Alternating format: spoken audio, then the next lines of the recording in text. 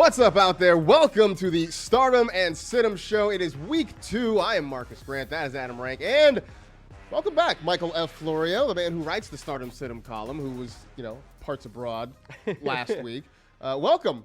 Thank you. Thank you guys for holding it down last week and for having me this week. Yeah, you got roasted last week. Oh, I know. I listened back to the show.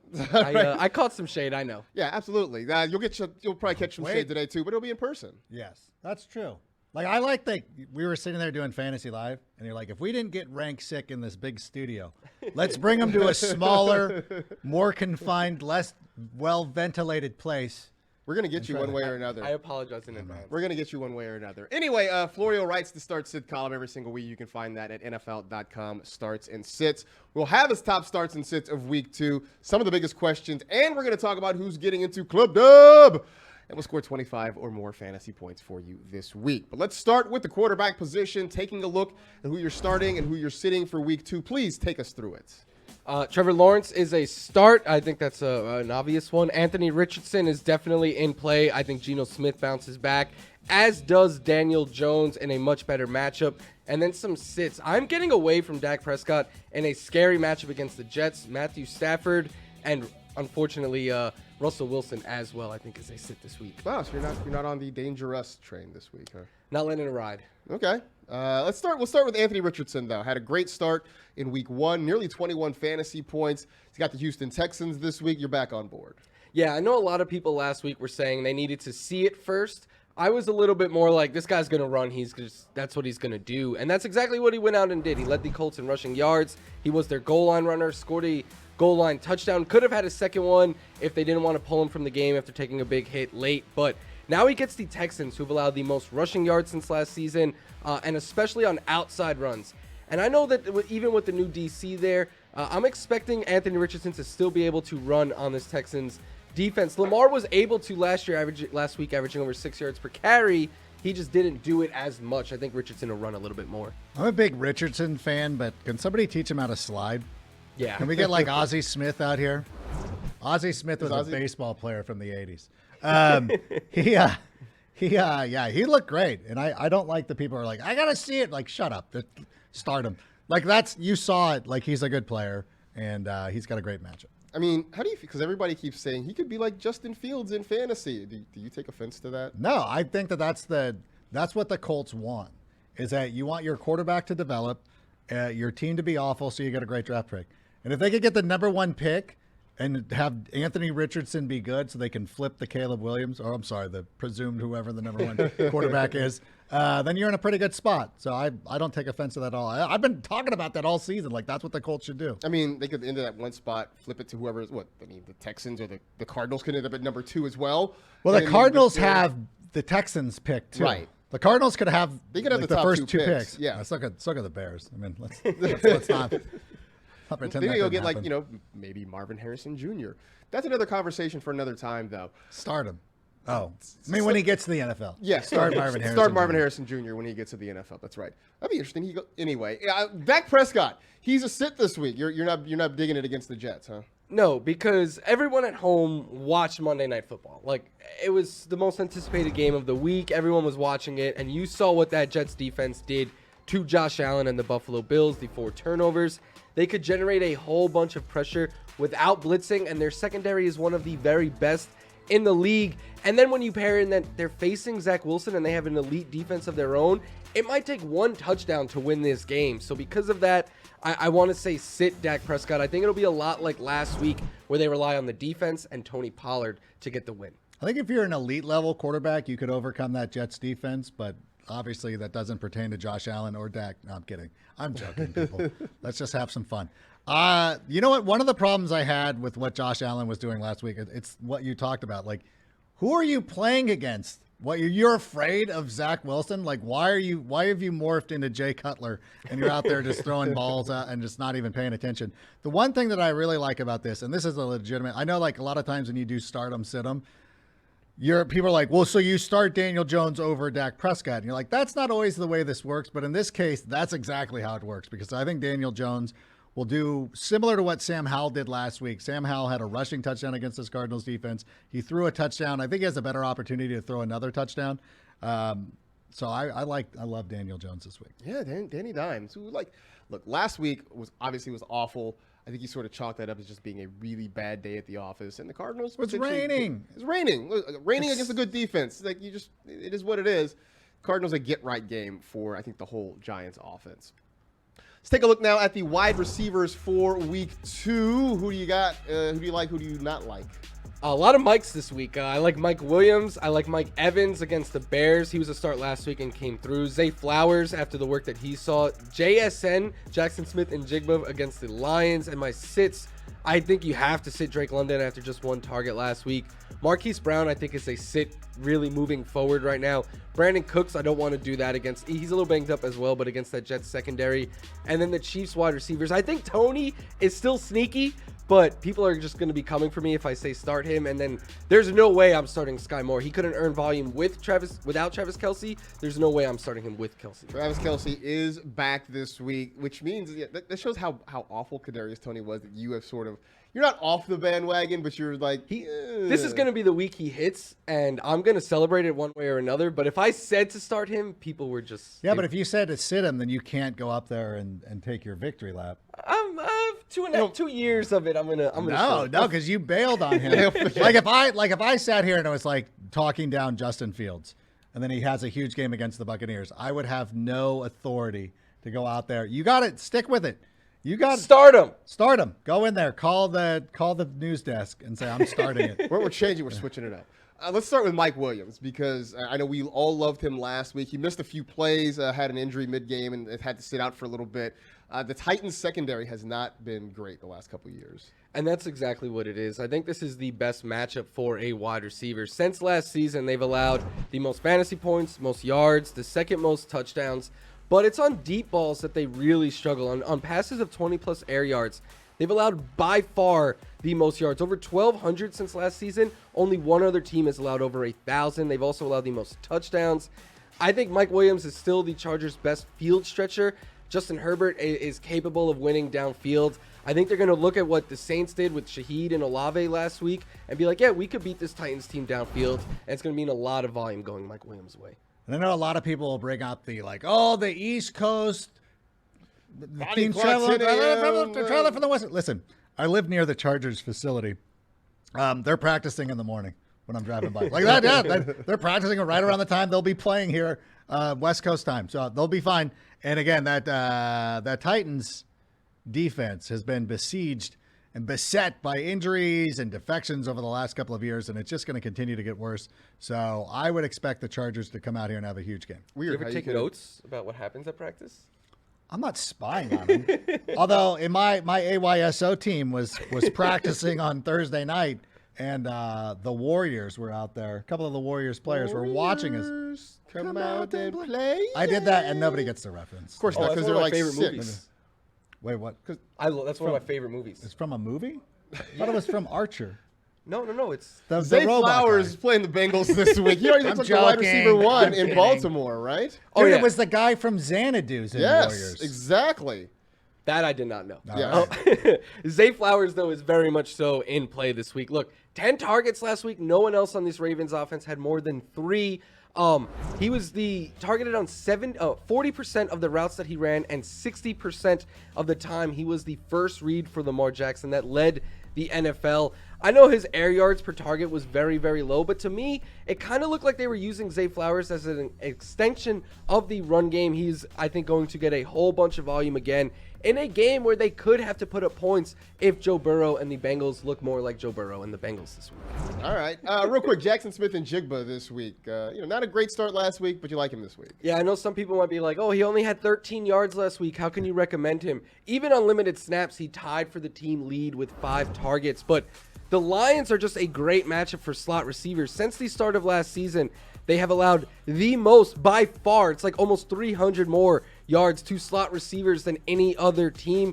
The third most in week 1 they allowed to slot receivers. This just feels like a good matchup because JSN led the Seahawks in routes and targets and all of that out of the slot last week. But I think this is a big spot for all of the Seahawks receivers and the Lions guys. I think this could be a high-scoring game.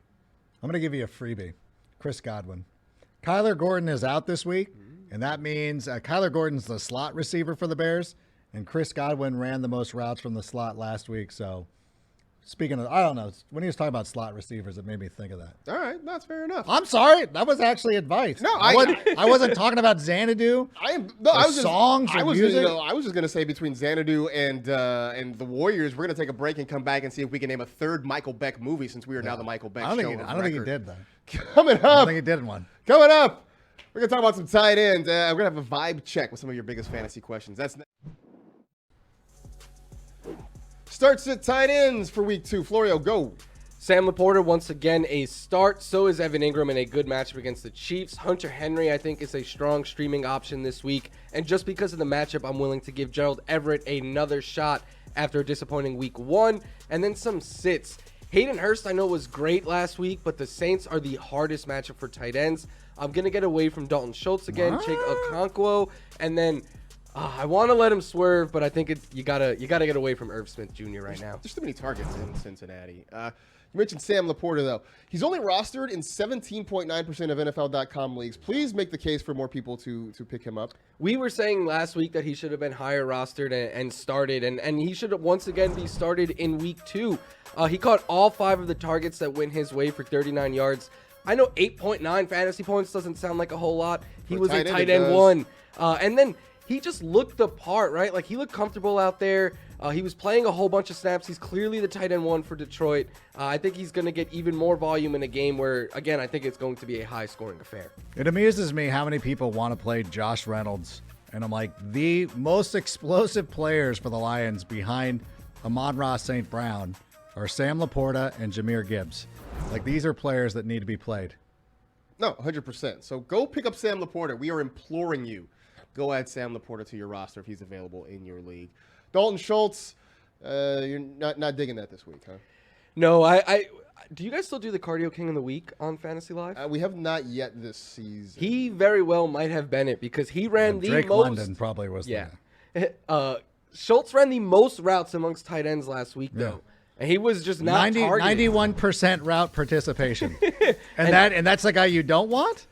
He just wasn't getting the volume. He was targeted on 9.5% of his routes, and the Colts last year were stingy against tight ends. I think I thought that he was going to be the safety blanket that C.J. Stroud was going to rely on, but it kind of appears that is Robert Woods right now.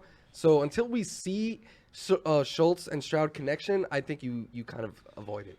Time now for what we call How We Feeling. We'll rip through some guys that are getting talked about on social that will let you know if we think they should be in your lineup. So, Florio, CeeDee Lamb against the New York Jetropolitans. What do you think? You're obviously starting CeeDee Lamb, but I don't feel great about him this week, partially because of the matchup, but it's just more I'm concerned about how much the Cowboys are going to have to throw in this game. I do not think you sit your stud receivers even in a tough matchup because Stephon Diggs, he put Sauce Gardner and Reed on skates last week and was going off against them. CeeDee Lamb is capable of doing the same thing. I just have questions of how much they're going to throw the ball.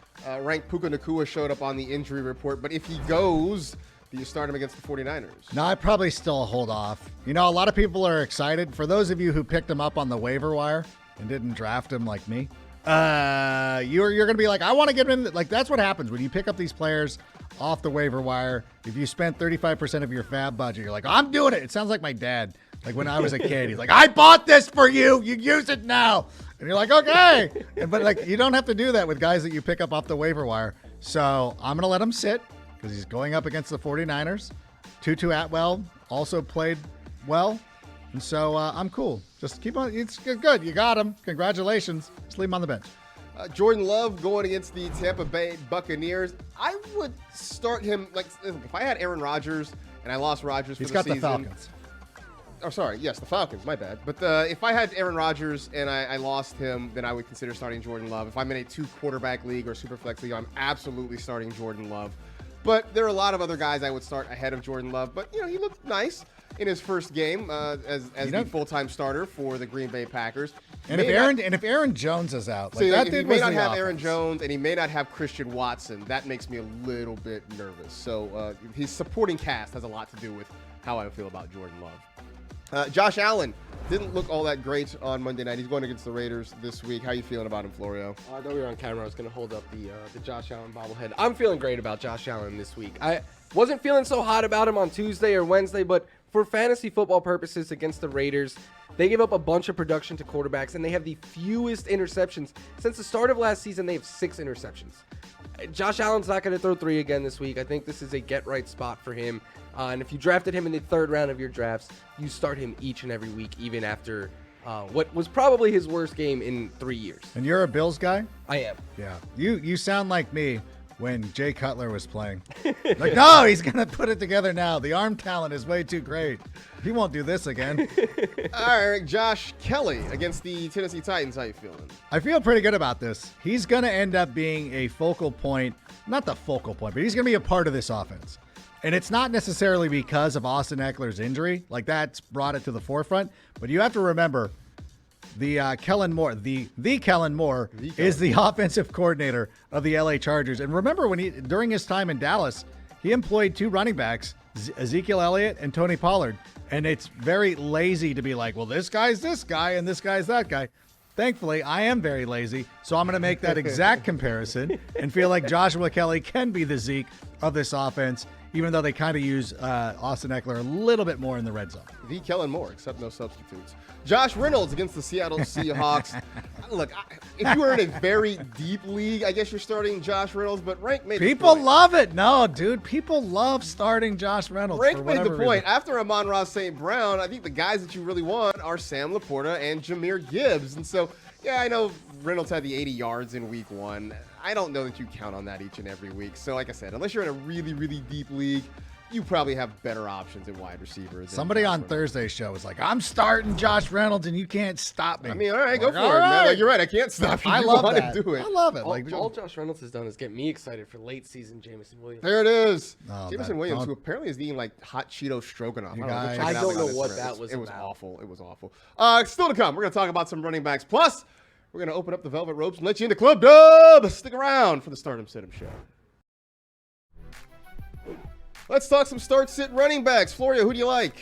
I like Breece Hall this week despite the matchup. I think both Lions running backs, Gibbs and Montgomery, are in play. James Cook. Miles Sanders got a lot of work last week. I think he could be started, and then some sits. There's no way I am playing Cam Akers this week.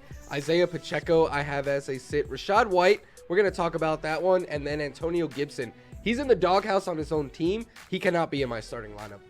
That's rough. You mentioned Breece Hall. Oh, was that intended? No. Yes. I totally. That's rough. That was good. That's rough. And nobody in the back popped for that. That's what. He's in the doghouse. It's rough. That's rough. Rough. What is wrong with you? I don't know. Pay attention. We're doing a show over here. You mentioned Breece Hall going against that Cowboys defense. She's still mad because I was making fun of the Rangers. The Giants last week, but you're still okay with Breece this week, huh? Yeah, I'm going to need you guys to temperature check me on this one because people online were like, how are you going to start Breece Hall against that Cowboys defense that just shut down I'll tell you. Saquon Barkley? And I'm like, good start. His first 2 carries went for 109 yards. You want to tell me that that's a player you want to sit? I think he's going to get more work every single week moving forward. So for me, I think he's back to being a must start. The explosiveness is too good Garrett, to go away. block. Yeah. Block, Garrett. It's a touchdown if he blocks. What do you do? Oh. What do you want him to do? Have Look Zach at him. Wilson throw it 30 times? Like, what? I really want to know what the film room was like when they looked at that and Garrett Wilson celebrating instead of blocking. Like, even Chase Claypool would have been like, bro, you should have been blocking there. Chase Claypool would have been nowhere on the screen. I was going to say, Claypool would have been close to that play. No, I like it. Even though Dalvin Cook did end up getting like more snaps or more carries.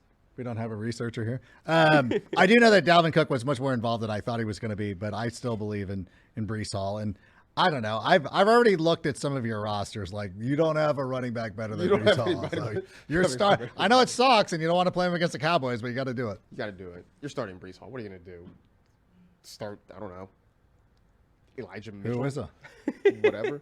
Anyway, that's not a bad, sure, Cam Akers. James Cook, though, you can start him against the Raiders, correct? Yeah, and I know people weren't too happy with the fantasy production they got out of James Cook, but to me, the volume is what matters. He played 60% of the snaps. He had 12 of the 15 carries for running backs there and 6 targets. And look, if Josh Allen puts a better pass on him, the one in the red zone, he catches that for a touchdown. But the whole reason I'm so excited, the Raiders have allowed the 5th most fantasy points to running backs, but specifically, by far, the most receiving yards and the 3rd most receptions to the position. Just last week, the Broncos had 10 running backs. They had 10 receptions there. I think this is a big James Cook week. Yes, I agree with all that. What Mike said goes double for me. Yeah, no, James Cook. Sometimes you just got to. Sometimes Nailed it. Yeah, sometimes there's nothing else to say beyond that. James Cook. I could take a couple of shots at the Rangers. How many ballparks? They've had more ballparks than World Series. That is true. How many? Like just in the last. I heard they're tearing the new one down already. They're like, oh, there's a leaky faucet. Let's tear down the stadium. Rashad White going against the Chicago Bears. The Bears' run defense hasn't been good, but you're still not on board with Rashad White. Yeah, everyone is like, and I've seen the comments where people are like, oh, you're saying volume for James Cook, but not for Rashad White. Well, James Cook has been one of the most efficient running backs since he's entered the league. Rashad White has been one of the very least efficient running backs since he entered it. And I know he got big volume last week, but no, he was only targeted twice. Everyone thought Baker Mayfield was going to dump off like Tom Brady does. Tom Brady throws to the running backs more than anyone. Not a single one of his plays went for more than 10 yards, and that's after last season he had the lowest amount of carries go for 10 or more yards.